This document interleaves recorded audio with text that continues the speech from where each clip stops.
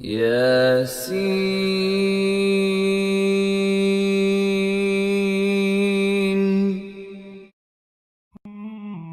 The heart and the mind are the most powerful organs Allah has blessed you with. Never ever give control of them to anyone besides Allah.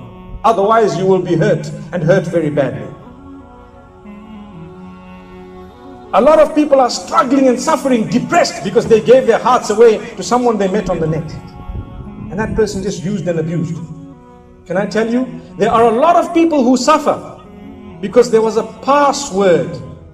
There was a password made up of 8 characters that was used in order to use them, to get to them, to abuse them. What's that password? I love you. 8 letters. And he continues telling you, I love you, and he's lying.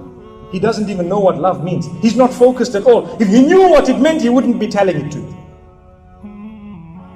He would be upright. So that was the password. Once he clicked password, enter, straight into your heart. Ooh, I love you too. Wow, Allah protect us. Then what happened? We are lost, we are gone, because a year down the line we are crying, we are depressed. And you can't even tell my father or my mother nothing, because they don't have a clue what was going on, and they will tell you, you're a fool. Allahu Akbar. But it's their fault as well. They did not play a role big enough in your life to know what was going on. This is why we say, if you're focused, you will know your children are a ni'mah. You must be focused upon them as well. That is Allah subhanahu wa ta'ala who placed a duty on your shoulders to look after your kids. That's what makes her different. She is focused. We're going to get to that inshallah. So don't allow this password, that people utter to be a password straight into your heart, because anyone could say that and press enter, and that would be the right password. And so now we are caught, we are hooked. And what happens? Shaitan's got grip of us. Like I say, and I'm repeating this, the heart and the mind are the most powerful organs Allah's given you and blessed you with. Do not allow people to control that. Nobody shall control that besides Allah. Don't hand it over to someone. No, it belongs to Allah. We will only do with the heart and the mind that which will please Allah. Yes, so when you're married, you have a spouse, alhamdulillah, within the limits, you will be able to give a portion of your heart and your mind too, by the will of Allah. Why? Because that's what pleases Allah. But if you give it elsewhere, believe me, you're not focused. It's going to come back.